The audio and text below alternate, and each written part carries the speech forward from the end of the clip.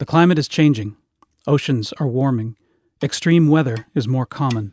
Threatened species are under strain. Whether we accept it or not, it's happening.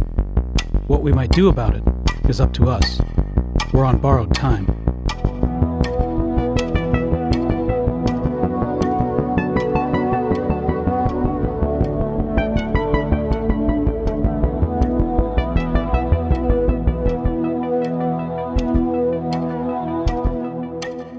I'm Andrew Murphy of the Mill Valley Public Library, joined by phone with Derrick Jensen.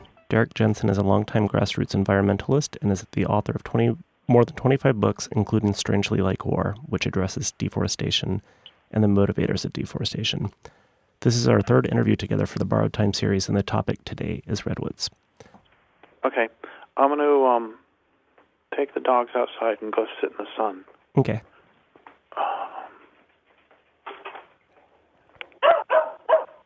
Come on, Pope-Popes. Come on.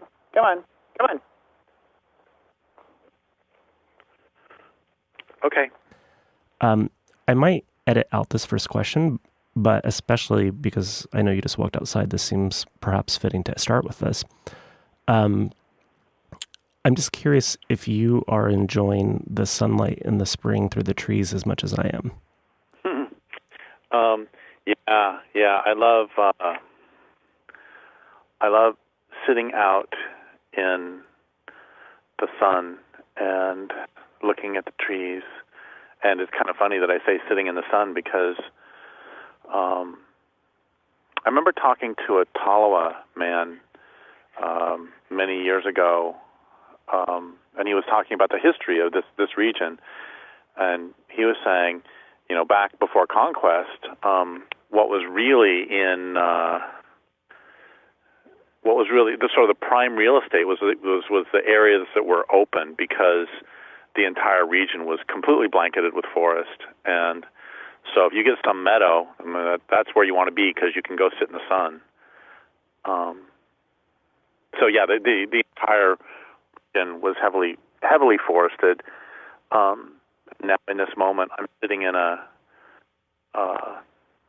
spot that is sunny, but 5 feet away I would be starting under the canopy.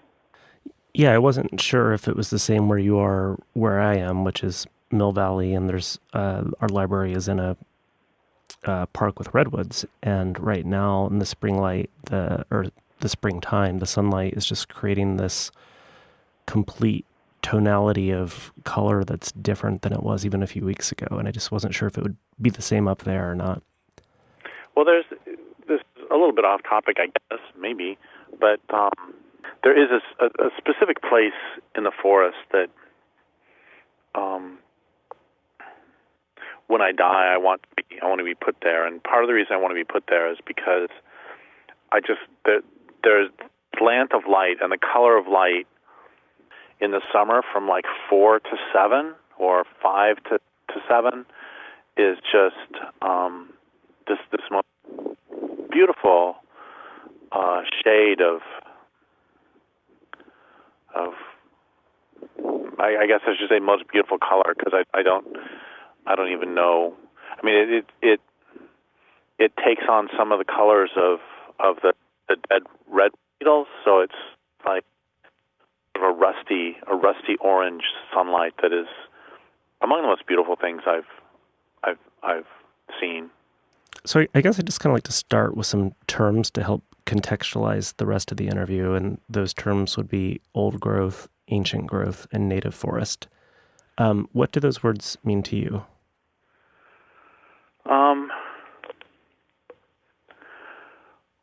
Well, old growth just means just the trees that are in and the forest that is in the condition that it should be in. That in some ways shouldn't even be called old growth. It should just be called forest or home or whatever. That is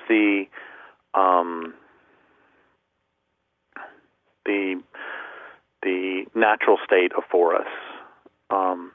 And ancient forest, I think you said, that's not a term I use very much, but when I do use it, I use it interchangeably with old growth. And then the third term was native forest, I think. Yes.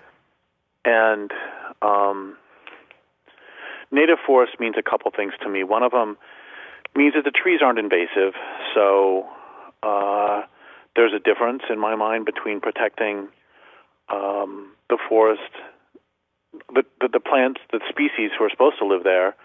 And I remember there was a big fight down in San Francisco several years ago because they wanted to take out some eucalyptus. And a lot of environmentalists were trying to enlist my support on that one. And I never spoke out against them at all, but I didn't really join that because I don't have a problem with removing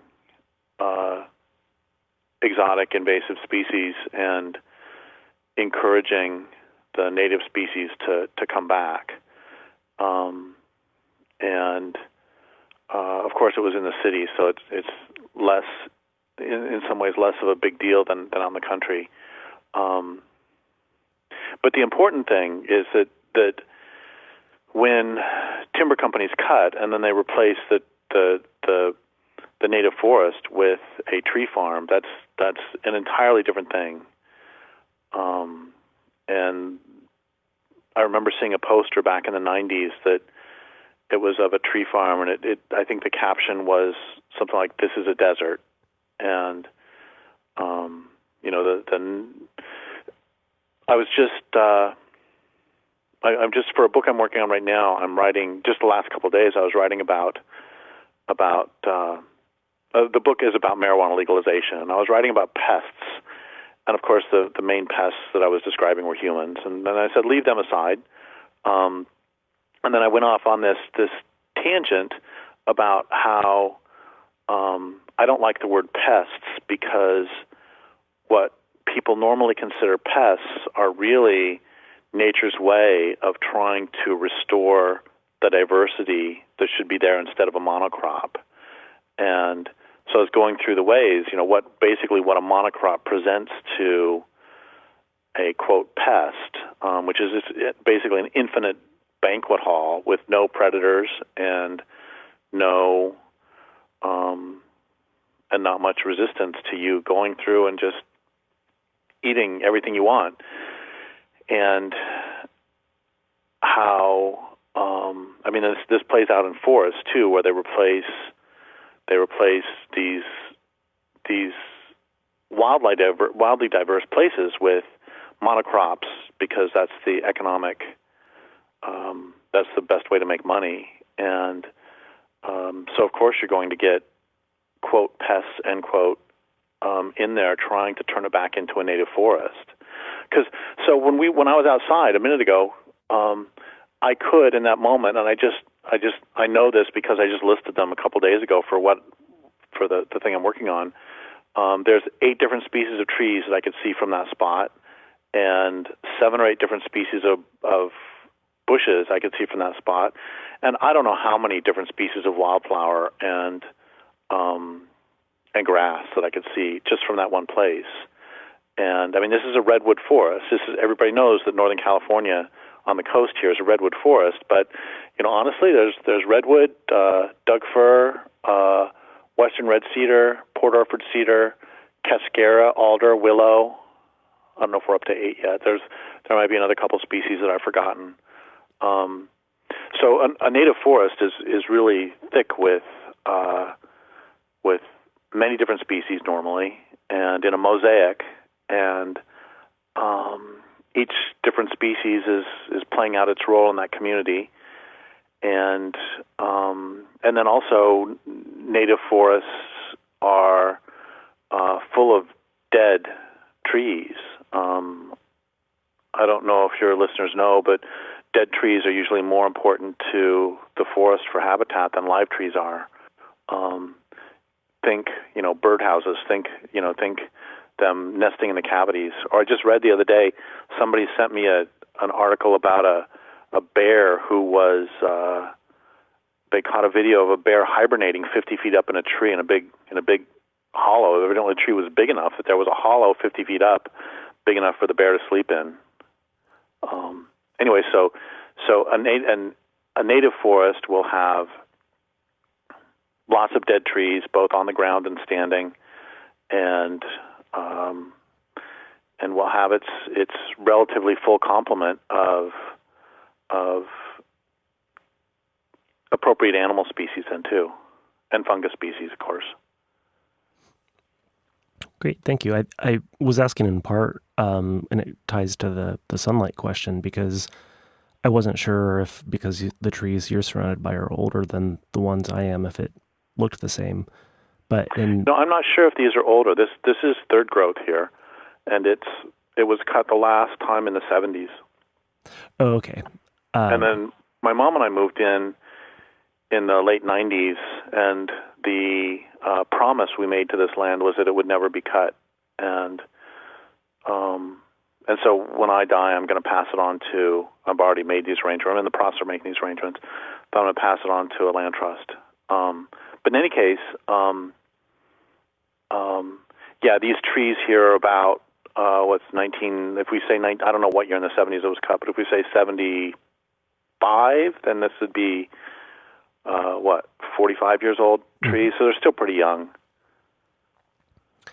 They're going to the stage they were when we moved here. So when we moved here, they were 25 years old, and some nature guy came in and was saying that we might, cut some of the trees out to thin them, and we didn't do that at all. And it's been really interesting to watch over the last 25 or 20 years to see the dog hair, as they call it, start to thin itself out as some of the trees don't make it, and then the other trees start to fall over, and then some trees get girdled by bears, and some trees die for other reasons. And so, like just this last winter, I saw, which means there's plenty more I didn't see probably, 3 different trees. I didn't actually see them fall, but I was there within a day of when to see, oh wow, there's a big tree just fell. And so that's doing what a forest is doing, is making some snags, as they call them, and making some downed wood on the floor for insects and fungus and everybody else to start chewing on and make habitat for all the little creatures. Okay. Another term, and one that you note in your book, Strange Lake War, is beauty strips, which, of course, are the trees that might line the road to give the impression to the driver that they're in a deep forest that hide the clear cutting behind it. And I guess I'm just curious if you think if people were to see behind the beauty strip, if they might be more motivated to protect trees. I mean, maybe that's an easy answer, but I guess a different question would be, do you think that preserving the trees that form a beauty strip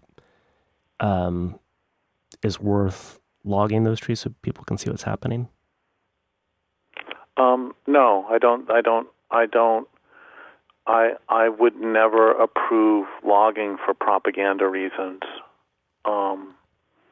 because that's, I mean, the trees and those who live in them and among them and with them, that's their home and that's them. And I don't want to sacrifice them for a propaganda victory, besides which I don't think it really matters, because when my mom and I were looking for a place to live through the 90s, we took plenty of trips through Oregon and, looking at the coast of Oregon, looking at Northern California. And one of the reasons we didn't move to Oregon is because Oregon doesn't even bother with the beauty strips anymore, really. Oregon is just completely hammered. And my point, that's a big reason we didn't move there. So it mattered to us, but it obviously doesn't matter either to the politicians or the people who live in Oregon, because they're continuing to do it, and they've pretty much just given up on the beauty strips. So no, I don't think. And besides which, I mean, this is something that I think about all the time. Is that I was just talking to a friend about this morning, that I don't understand.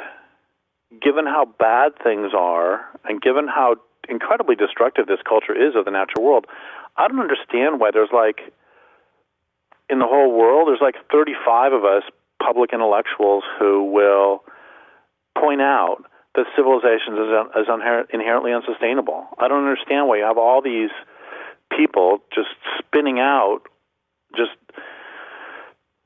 books by the score talking about how you can make this culture sustainable, and it's so obvious that there's almost no native forest left. There's almost no. I mean, they're killing the oceans. They're killing marshlands. The marshlands are gone. The prairies are gone, and most people absolutely refuse to see it. At one point back in my 30s, I had this fantasy that maybe as there was as the last wild animal or last wild plant or fungi on this planet was being killed, that then the capitalists would go, "Oh God, we made a mistake." But that's not the attitude at all. They'll be just angry at the earth for not allowing more destruction to take place. There's a terrible movie in the 70s called, I think, A Boy and His Dog or A Dog and His Boy, one or the other, I don't remember which. And it stars, who was the guy who was in Miami Vice? Don Johnson. Stars a very young Don Johnson. It's a terrible movie, really, really misogynist. Basically, it's a post-apocalyptic future, and there aren't very many women on the surface of the planet of the Earth, and when a group of these roving men find a woman, they'll rape her to death. And there's a very, very, very early on, like maybe the opening scene, is the guy walking across Don Johnson character walking across this barren plain, and he comes across a woman who had just been killed by these roving gangs of rapists. And he looks at her and basically says, "Oh, God, this is a shame. She's still had a couple uses left in her." And I think that's going to be the attitude, no matter how bad the destruction is, they're just going to complain they didn't make $5 more before it went down. Because I don't understand how it can't be obvious to everybody that, the native forest, every biological indicator is going the wrong direction. And, if you just look at contemporary accounts of what any place was like prior to this culture, it's just miraculous that they said San Francisco Bay was, quote, paved with sea lions. And in Northern California, if you were next to a river or stream, you would see a grizzly bear every 15 minutes. And, of course, all the grizzly bears have been killed. And nowadays, I see black bears every day, but that's because there's this land here, and they know they're not going to get killed. And the neighbors don't see black bears very often, and some of the neighbors have shot black bears. And, gosh, I wonder why they don't see black bears after that. I read an article today. So the point is that I don't think that removing beauty strips, that presumes that if really faced with the horror, that people would change, and I'm just not entirely sure that's the case. We see dams, they're not hidden. We see salmon populations collapsing, that's not hidden. And we see weather changing, that's not hidden. And at every step of the way, it's, how often do most people never see much wildlife, and they just, cities aren't hidden, and cities are complete ecological disasters. So part of it is that okay, so I just watched, it was not the best. I just watched the thing on HBO, Stephen King's The Outsider, and it's about this monster who can take on human form. Standard Stephen King. This monster who can take on human form and then eats people to survive. And there was a good line in there somewhere. Oh, I guess it wasn't in the movie. It was in the description. The writer was talking about it, not Stephen King, but the writer of the TV show. And he was saying that they had this line in there where basically they're trying to show that this monster is not actually evil. It's just a predator. And at one point somebody asks, "Why do you eat children?" And the monster answers, "Because it tastes better." And then the guy says, when you think about eating an egg, are you thinking about eating this little baby bird? No, you're not. You're just thinking, oh, this egg tastes good. And I don't know why I brought that up. No, I think what I was getting at is that this culture does not perceive the natural world as really having any inherent value, and the only value it has is how we can consume it. And we don't value forests for forests. We value them for board feet. And we have this completely utilitarian worldview. And I think I may have said this in a previous interview, I don't know, that so many indigenous people have said to me that the fundamental difference between Western and indigenous ways of being is that generally indigenous traditions will look at a forest as consisting of other beings to enter into a relationship with, as opposed to timber to be harvested. And that's really crucial, because how you experience the world affects how you behave in the world. And there's a great line by a Canadian lumberman: when I look at trees, I see dollar bills. And if when you look at trees, you see dollar bills, you're going to treat them one way. And if when you look at trees, you see trees, you'll treat them a different way. If when you look at trees, you see homes for all these different creatures, and you see just the web of relationships associated with all these trees, then you start to perceive them differently. And what this culture does and has done from the beginning is just, so basically they would just consider beauty strip the timber, or the Forest Service timber industry actually call it this, that they call them visual resources. So they will argue that you shouldn't clear cut right next to a highway because you will be destroying the, quote, visual resource. Not because it's home to all these different species, but because of the visual resource. I remember there was one timber sale put out by one of the national forests in North Idaho called the 2 Square Timber Sale, and that was because they had clear cut all around this area that was a square left, and you could see it from the highway, and it looked really weird to have a square, so now they were going to go in and cut again to cut off the corners to make it so it wasn't quite so square. I hope you can see how nuts this is, right? Of course. Just because of where you live, I assume that perhaps if you're not friends with some loggers, you've at least met and talked with loggers. Yeah. I've had loggers as friends and loggers as enemies and loggers as neighbors and everything else. But in your experience with just talking with all of them, I assume that some of them appreciate how tall and beautiful the trees are, at least, right? Yeah, well, it's all over the map, There are some loggers who say, yeah, they're tall and beautiful and they grow like weeds, so what's the big deal?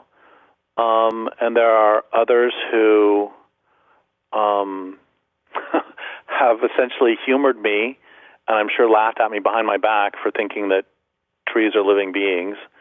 There are others who, my beef often is not with individual loggers. A story I've told quite a few times I just love is that one time I was in North Idaho, or when I lived in Eastern Washington, I was up in the National Forest getting firewood from a slash pile out in the National Forest, and my truck got a flat tire, and I hadn't checked the spare in years, and so I checked the spare, and it's completely flat. And I'm way back. I'm not going to walk out, so I'm thumping along the road on a flat tire at 1 mile an hour. I get to this guy's house, and I say, do you have a pump I can borrow to pump up my spare? He says, no, I don't, but I tell you what, I got an extra tire. You can just take the tire. It's really nice. So I put the tire on my truck, drove home, and then got my tires fixed, and then my mom made him a cake, and I took the cake up to thank the guy and give him back his tire. And I get to his house, I give him the cake, and he says, oh, that's so nice, you want a piece? And I said, sure. I came in, I'm in his living room, he literally has chainsaws on his wall, and it's clear he's a logger. And so we're just eating cake, and he says, oh, by the way, I've also got a bunch of firewood out in back. I'll just cut you some wood to length, and we can pop in your truck, and you can get a whole load of firewood here. I said, great, that'd be so nice. Thank you so much. So we go out back, and he's holding his chainsaw, and then he says to me, so by the way, what do you do for a living? I go, oh, God, here we go. And I say, well, I'm a writer. And he says, what do you write? And I'm thinking, oh, my gosh, science fiction, fantasy, romance. But I'm a terrible liar. And so I say, well, I'm writing a book right now about how the big four timber companies got their land illegally from the public domain, which is the book Railroads and Clear-Cuts. And he starts swearing and turns red in the face. And I start looking for a break in the fence because this is bad. And it takes him about 20 seconds to realize that he's an independent logger who's been put out of business by Plum Creek Timber Company. And he hates the company even worse than I do, and which I didn't think was possible. And so, we got another 30 seconds, and we got our arms around each other's shoulders swapping atrocity stories for how much we hate Plum Creek. And what we eventually come to is I say to him, look, you and I are going to work together to take down Plum Creek, but I got to tell you, I am against all forms of industrial logging, so after we take out Plum Creek, I'm coming after you. And then we both just laughed our behinds off because we recognize that taking down Plum Creek is the job of a lifetime. So my point is that I've known independent loggers, and they're not really the problem. I mean, yeah, they can really annoy me, but the problem is the whole larger timber companies that are deforesting by the mile. Or one more example is I had this guy, when I used to teach at Eastern Washington University, I had one student in my class who he was an older guy, and he was going back to college because he used to run a sawmill, and he'd been put out of business by Weyerhaeuser. And at first, he and I were sort of, looking at each other like, distrustful dogs. It's like, because I made no secret of my love for forests, and he made no secret that he'd made his living running a sawmill for all those years. And we ended up having some really good conversations where basically we had some agreement. Like, for example, we agreed that he and I disagreed on clear cuts. He thought clear cuts are fine. But we agreed that no one should be allowed to clear cut more than, say, a mile from their home. So nobody should be allowed to have a headquarters in Seattle and deforest all the way across the state in Spokane region. That if you're going to make a clear cut, you need to live with it. And so there are places where, even if there's fundamental disagreements, which there will be, there are still places that you can come to some agreement with some small loggers that way. Right. Well, along the theme of... one more thing I want to say about that, which is a lot of times, and this is something that really makes me mad, a lot of times the loggers will say, but what about my livelihood? You're going to put me out of business. And the thing that makes me angry about, two things make me angry about that. One of them is it's crazy to have a livelihood of any sort, to have an economy that is based on destroying the natural world. I put out some calls before for changes that need to be made to the economic system. That we demand that there be soil tests done on every landowner's soil, and the soil has to be healthier every 10 years than it was before. Endangered species have to be coming back, et cetera, et cetera. And people sometimes say, well, gosh, if they put all these into place, that will destroy the economy. And when they say that, I say, thank you very much for pointing out that the economy, that if you say that the economy can't destroy the planet, that destroys the economy. Thank you for making clear that the economy is based on destroying the planet. So there's that. But another thing that really, really bothers me about the whole thing about loggers and jobs is that all through the 80s, we kept hearing about owls versus jobs. But it was an incredibly dishonest debate because through the 80s, the cut was going up, but the number of jobs was actually going down. The reason the jobs were going down is because of raw log exports and automation. And I was just interviewing somebody last week about the trends in automation since the 90s to the present, and this person is defending forests up in inland BC, and the automation has gotten so extreme that you can basically have two-person crews that are just destroying acre after acre. And so the point is that I just wanted to say this as long as I was mentioning independent loggers, that the whole jobs versus environment thing is annoying for many reasons, one of which is it's incredibly dishonest because the jobs are going to automation, the jobs are going to raw log exports, and so on. Yeah, and but we don't get to have that discussion. You saw even 40 years later, people still, or 35 years later, people still who know much about the Forces region still recognize the phrase jobs versus owls. But how many people have ever heard it put in terms of jobs versus automation? Right, or even just demand for their product. Like I know some pulp mills the products they were making were no longer desired. But yes, exactly. Well, I guess I have one more question about value of trees, and your book does a great job of presenting the value of trees from the perspective, or to the perspective of the Forest Service, the lumber industry, and pulp mills. But I'm curious about the value of redwoods as tourism, and I don't mean like the Trees of Mystery with Paul Bunyan, or even the financial aspect of it, but just the perception of trees, like California,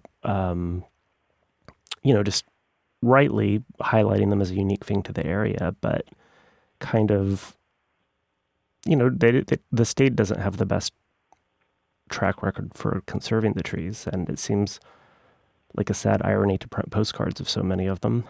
But I guess I'm just curious about, so for the sake of our listeners that don't know this, 95% of the old growth trees have been cut down. This kind of goes to my question about the logger. Can he appreciate the tree for what it is? Just like as a symbol of come to California, look how beautiful it is. And I guess I'm still thinking of the beauty strips and that most of them are gone. And it just seems a little bit like false advertising, even though they are here and they are beautiful, that only 5% of them are left. And, that kind of goes back to even just my library and my grove of down here in the San Francisco area. People see redwoods all the time, but I think they don't understand. So, go ahead. Well, I just don't know how aware people are down here that the trees they see aren't as tall as they were 150 years ago.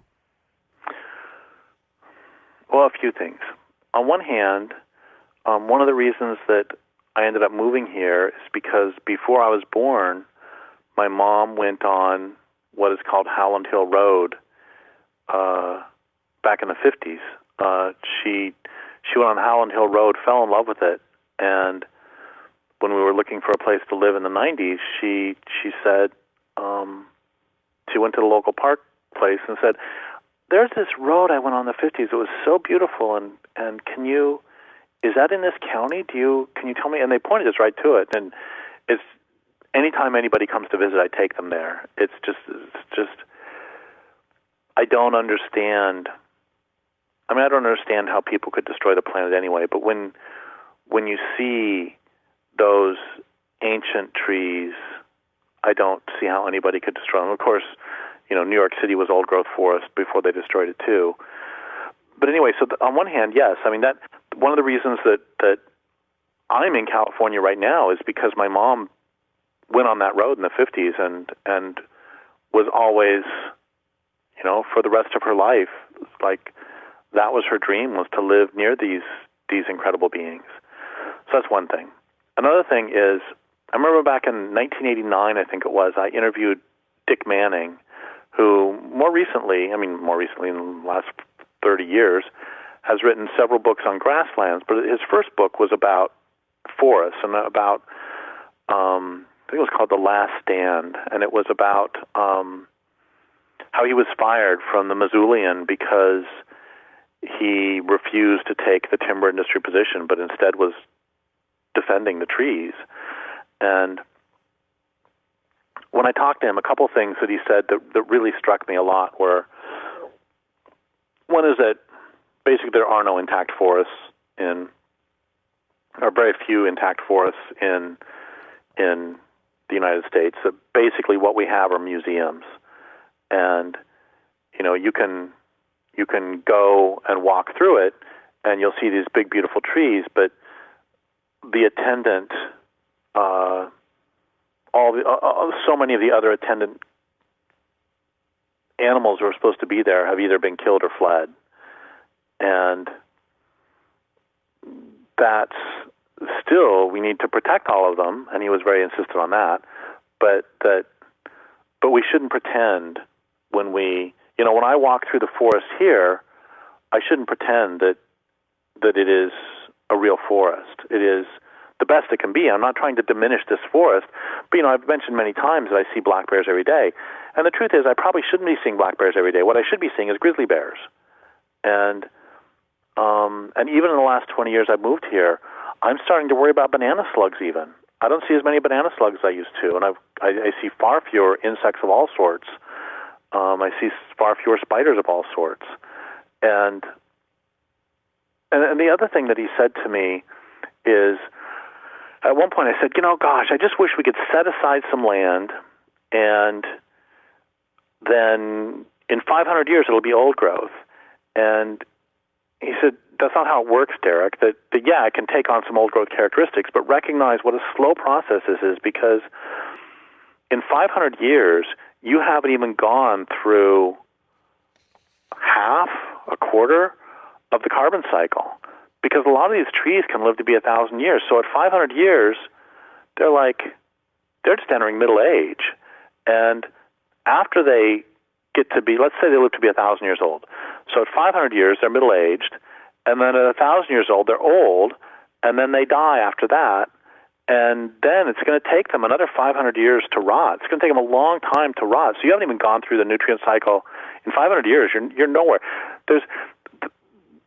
Dick Manning also made this point about grasslands, that grasslands are a little bit different in that you can get a functioning grassland much more quickly, that you can get the start of it. Obviously, they too take a long time to become ancient, but you can get a really good head start in 5 years. And as you know, with trees, in 5 years, you got a tree 10 feet tall or something. And another way to think about all this is, excuse me, I was interviewing George Werthner about grizzly bears and fire, and he made this great point that there were some big fires back in the 90s, I think it was, and so it killed some trees, and then a couple years ago, he saw some grizzly bears just ripping the heck out of some of the downed. Grizzly bears have really big claws, not usually to kill, but really to rip into downed trees to get at the insects inside. And so they were ripping apart these old rotted trees and eating all the ants who were living in there. And it just made him so happy to think about a fire 30 years ago or however long ago feeding grizzly bears today. And so when we think about forests, old growth forests, we really have to change our notion of time, because forests are, I think about this, that I've lived here 20 years, and that's 20 years in the lifetimes of these redwood trees. And redwood trees, let's just to make the math easy, let's say they live 2,000 years. So 20 years out of 2,000 is 2 years out of 200 is 1 year out of 100. So that's a half a year out of 50. So if we presume that humans live 70 years, I have now been in these redwoods' lives for the equivalent for a human of being in their life for 6 months. Right. Do you see what I'm trying to get at? Mm-hmm. That it's just the whole time scale for beings who are so long-lived is just so different. And forests, yes, they need to be protected now, et cetera, but it takes a long time for the forest to get into its normal, natural state. Right. I have some questions about that kind of tie into that, the natural state of forests, and how to move towards that, even if it takes a long time. But I guess I first want to just go back to a couple of, a different road in your neck of the woods, Winter Stump Road. I know the county is discussing cutting the trees down that line the road, and they're going to make a decision this summer. How do you think that's going to go? I know there's been some opposition, obviously, but I honestly don't know. I am. Well, one, I've always hated that name, and two, I am glad that the neighbors are opposing it. See, that's another thing that just kills me, is I'm glad some neighbors are opposing it, at least, because others wouldn't. There's one of the neighbors in the neighborhood I live in, he just cut a bunch of big trees just the other day. And I've never understood. I've seen this so much. I don't understand why you move to redwood country and then you cut all the trees and put in a lawn. If you want a lawn, move to England or something, or move to where lawns are natural. And, well, they really aren't natural. But anyway, it's just, I don't understand moving to a forest and not embracing the forest. It makes no sense to me. Well, another one of your neighborhood museums, the Grove of Titans. Have you visited that grove? I know there's not a trail to it.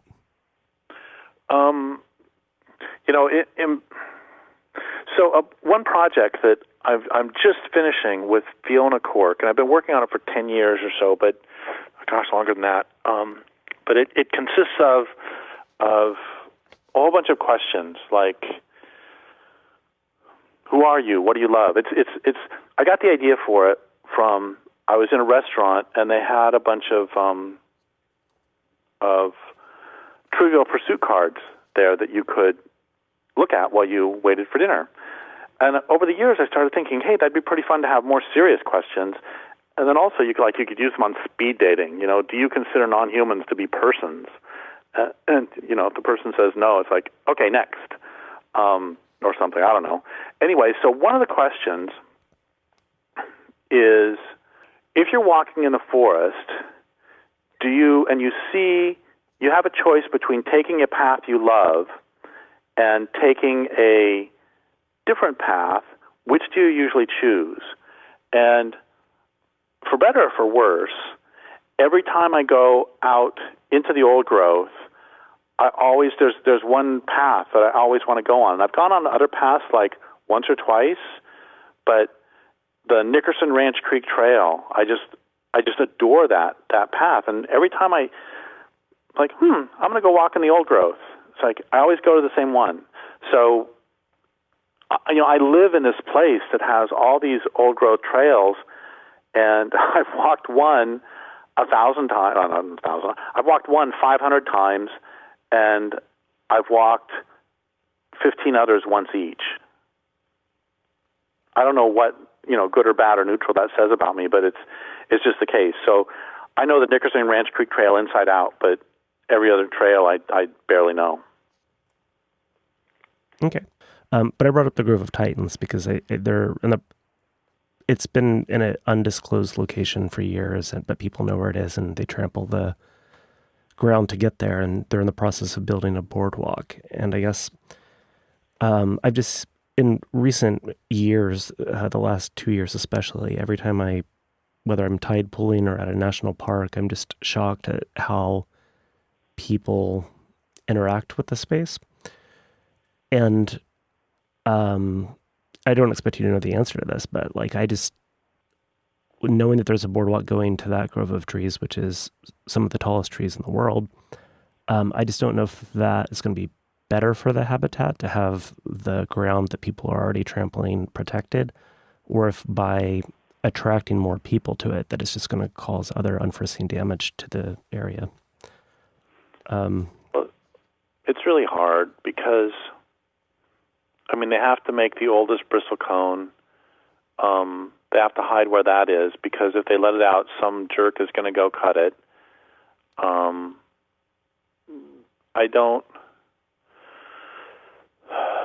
I really hate this, that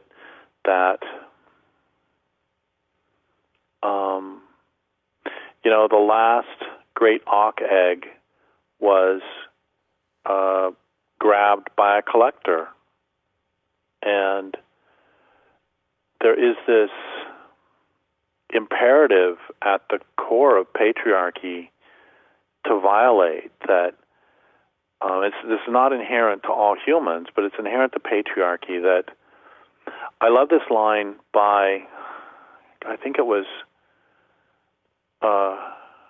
Richard Drennan, that if she can make life and I can destroy it, who is the stronger?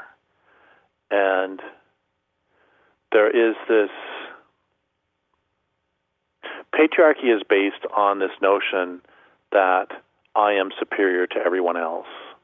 And one of the ways that I know I'm superior is because I am able to violate them. I do to them, they don't do to me. And every time how do I know I'm superior to the others? Because I violate them. And every time I violate them, it provides validation of my superiority. So it's this self-perpetuating cycle. And so there is this need to protect from the people who would say, oh, there's a spirit bear. Well, great. I'm the one who killed the spirit bear. I'm the one who killed the last great auk egg. I'm the one who... And so I don't...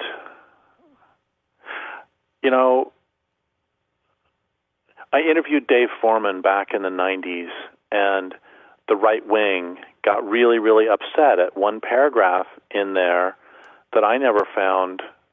I was dumbfounded that anybody would find this. I was so naive, dumbfounded that anyone would find this objectionable. But they were really upset because he said that there need to be some places that are off limits to humans.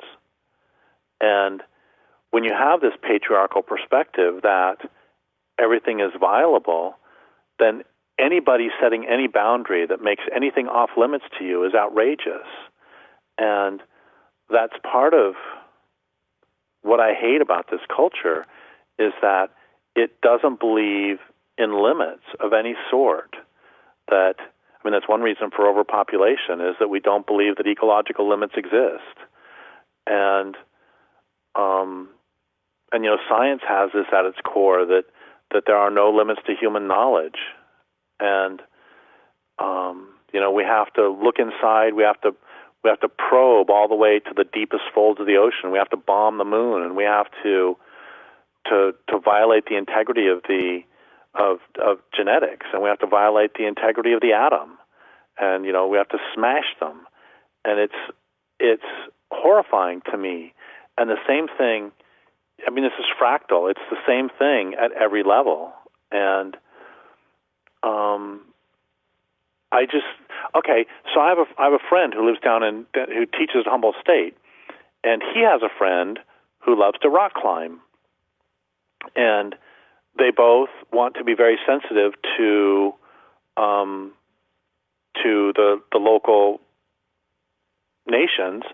And so my friend and his rock climber friend went to one of the local Indian nations and said, so I want to know where your sacred sites are, because I don't want to rock climb there where you don't want me to rock climb. And the native guy said back to him, I will tell you where you can climb, and thank you so much for asking, and I will tell you where you can climb, but I'm not going to tell you where you can't climb, because what we found is if we tell white people where they can't climb, that's the first place they go. And it horrifies me. And this is one of the things that's killing the planet. And I hate it when you'll see somebody say, I love learning about what's at the bottom of the ocean. That's great, except then you look behind them on the wall, and there's all these jars of formaldehyde filled with creatures that they sent a robot down to capture the creature who was just living its own life, and then they bring it up and put it in formaldehyde. And I hate this, and I hate the fact, we should be able to say, we collectively should be able to say, these are some of the largest trees. These trees are sacred, however you define that. And so you should only go there under very specific ceremonial purposes or sacramental purposes. And other than that, stay away. And we should, but we don't. And that horrifies and appalls me. And then I'm going to change subjects here and tell you something that I just learned a couple days ago, having nothing to do with sacredness so much, but I just learned that redwoods were not, in fact, the tallest trees in the world. Did you know this? No. Tallest trees in the world were some spruce up in what's now downtown Vancouver, BC, and they were just cut. Not they weren't just cut, but they were cut to build the city. So actually redwoods were not the tallest trees in the world. Anyway, back to the original thing, I don't know whether it would be better to put, by, I guess, putting in the boardwalk, you're acknowledging, well, we can't keep people out, but it bugs me a lot that, I go out there and I go to the forest, and I've got my dogs here, and I love my dogs, and I have to go into town later. I'm going to take the dogs with me. That's all great. But it says, there are signs that say, I don't remember if the signs say no dogs or if the signs say dogs on leash only, whichever. It doesn't matter because I don't take the dogs to the national park. But it bugs me that you'll see this sign, and let's say the sign says dogs on leash only, and then you see all these people walk right past the sign and they take their dogs off leash and let them run all over and poop everywhere and chase wild animals. It's like, and I'm not a stickler. I don't believe that simply because somebody says you should do something that you need to do it. But there needs to be some respect for others' boundaries, including non-human others' boundaries. Well, I guess it makes sense to me to try to end on efforts to save the existing trees. Mm-hmm. And Save the Redwoods League, they're trying, this kind of relates to your comments about how long it takes to reforest an area. They have great motivations to reforest the California coast with redwoods because they eat carbon, and of course they're not going to grow tall enough to eat the carbon needed to save the world from climate change. But anyway, that's not what my question's about.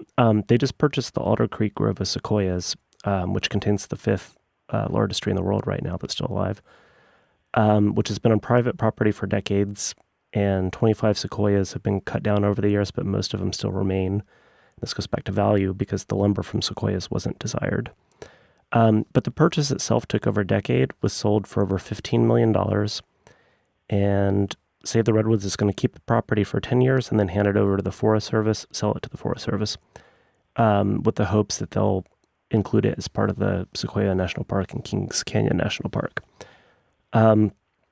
Anyway, my only question about all this is, do you think this is the most effective way to preserve trees? Or at least like a large grove like this? Or do the efforts of people like Judy Berry and David Jane have a more immediate success? In this case, I'm not going to... I think that different circumstances require different tactics. And I think there are circumstances in which it's absolutely appropriate to buy and set aside land. I mean, that's what my mom and I did with this land, really. And then also, honestly, I think three of the best, most important environmentalists of the last 50 years would be Doug and Chris Tompkins and Yvonne Schoenard. And one of the things they have done is buy and set aside huge amounts of land in South America for national parks.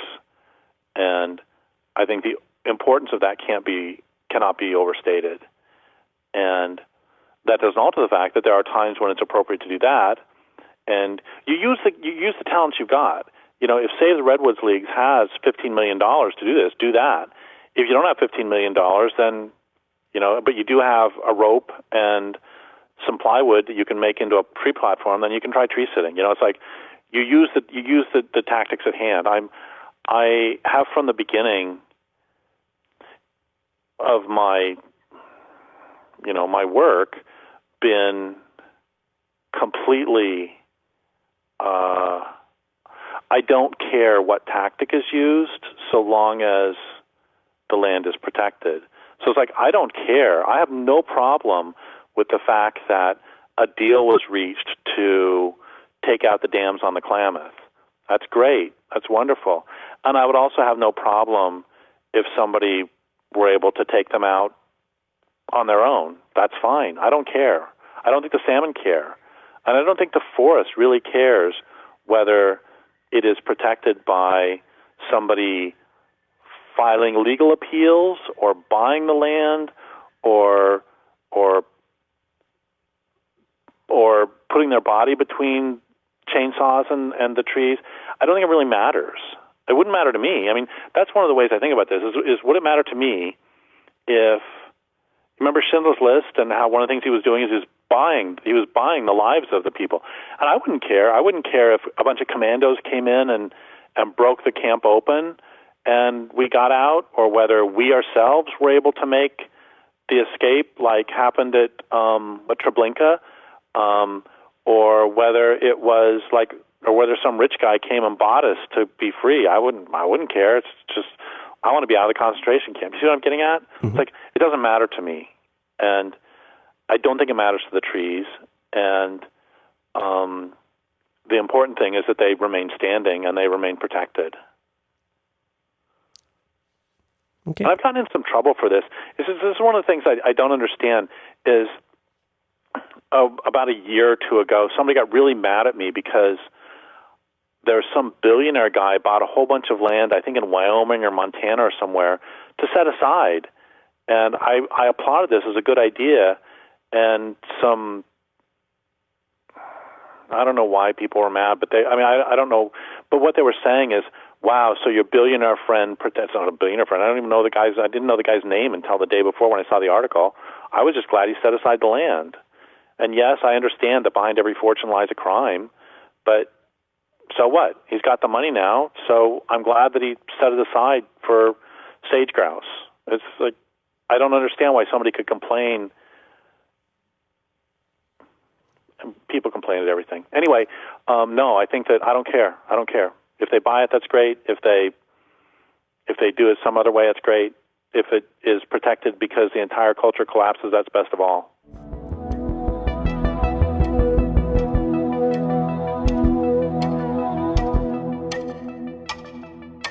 Borrowed Time is a collaborative effort by librarians to combat climate change by discussing sustainability issues and all things related to the human influence on our ecosystem.